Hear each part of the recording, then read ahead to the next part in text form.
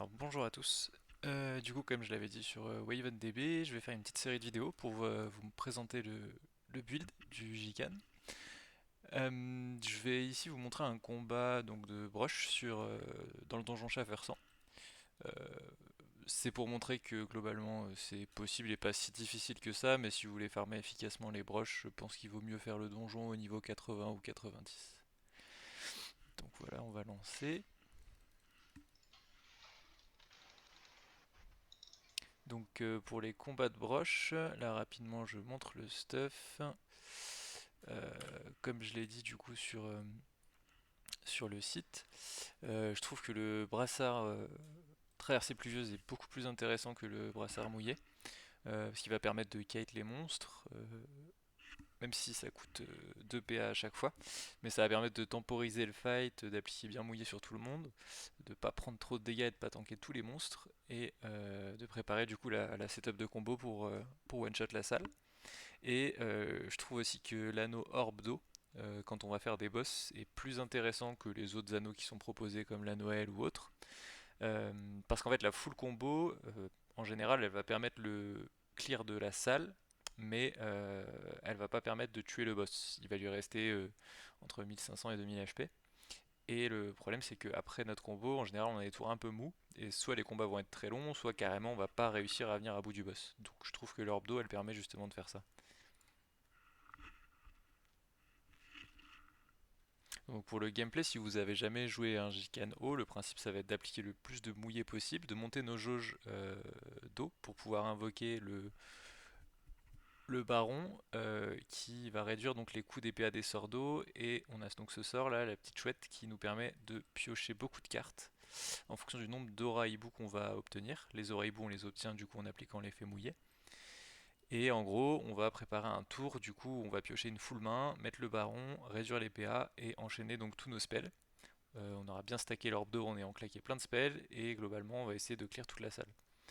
Euh, Il y a quelque chose qui fait scale énormément les dégâts, donc c'est l'effet effectivement mouillé qu'on va essayer d'appliquer au maximum, et le fait de tuer des monstres pendant le tour où on fait la combo, parce que on a donc l'anneau friscouille qui va faire tomber pluie sur tous nos adversaires à chaque fois qu'on fait un kill avec un spell haut.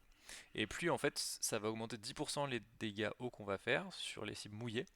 Et du coup, si on a toutes les cibles qui sont mouillées et qu'on tue les mobs un à un, à la fin on va avoir des dégâts monumentaux sur nos derniers spells, et c'est un peu l'idée du build. Donc il faudra que je commente précisément le gameplay d'un fight, puisque là j'explique beaucoup de choses en même temps. Mais globalement là le principe c'est essayer de pas prendre trop de dégâts, appliquer un maximum d'effets mouillés, gagner nos jauges d'eau, essayer aussi de se débarrasser dans notre main potentiellement des sorts qui peuvent être moins efficaces ou qu'on veut cycler en tout cas. Là par exemple, je pense que je vais, ouais, jouer l'aiguille aquatique à mon avis, parce que c'est un sort que j'aime pas tant que ça. Ah non, bon, je décide de mettre une horloge pour monter mes jauges d'eau finalement. Donc là, j'essaie de split mes dégâts sur les monstres. Bon, pas de chance là, du coup j'ai fait un coup critique. Mais l'idée, ce serait de split les dégâts sur les monstres pour en mettre un maximum de monstres low HP. Et du coup, pendant la tour de combo, comme je vous l'ai expliqué, pouvoir clear les monstres, appliquer plein de pluie et one-shot le boss avec l'orbe d'eau. Bon, au final, vu qu'on a du drain de vie sur la pluie, ça me permet quand même de rester full life, c'est pas si mal que ça non plus de l'avoir tué. Donc on continue à kite, on monte nos jauges de PA pour le tour de la full combo, on met des monstres low HP pour pouvoir setup le combo. Sur les combats 100, c'est un petit peu long, mais sur les combats 80, le setup peut se faire assez vite. Je fais des combats d'environ entre 2 et 3 minutes en fonction de comment ça se passe. euh, sur un certain nombre de types de broches, hein, je vais en montrer plusieurs, c'est assez agréable.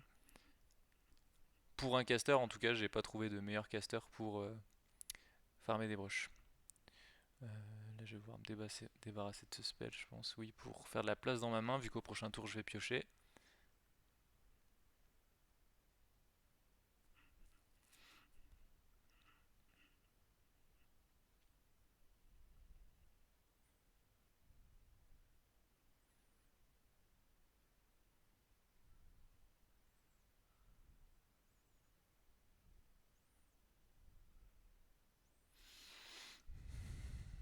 Donc là, je vais essayer de me débarrasser des spells que je veux pas avoir en main. Voilà, on va piocher. D'abord, on va appliquer. Non, d'accord, ok, on va piocher. On applique l'effet mouillé avant d'enchaîner les autres spells pour avoir plus de dégâts. Et là, on va commencer du coup à tuer les monstres pour faire proc les pluies comme j'expliquais. Donc déjà on va se remettre full life, hein, ce qui est quand même très sympathique. Et du coup on va faire scale les dégâts, vous allez voir à la fin l'orbe d'eau. Enfin là c'est sur ce tour ça sera un one shot, hein, j'en suis quasiment sûr. Et du coup là c'est globalement tout la difficulté du build, je dirais, de bien optimiser ses spells et ses dégâts euh, lors des tours de combo. Donc il faut regarder les vies des monstres et voilà, essayer de petits dégâts pour faire les tours de combo les plus violents. Déjà là mes pluies font 120, hein, c'est monstrueux. Bon et là clairement on a le one shot, l'orbe elle doit déjà être à 1600 de dégâts, 2200. Ah bon on a crit en plus. Voilà, donc présentation du fait qu'on peut faire des broches 100 avec un caster.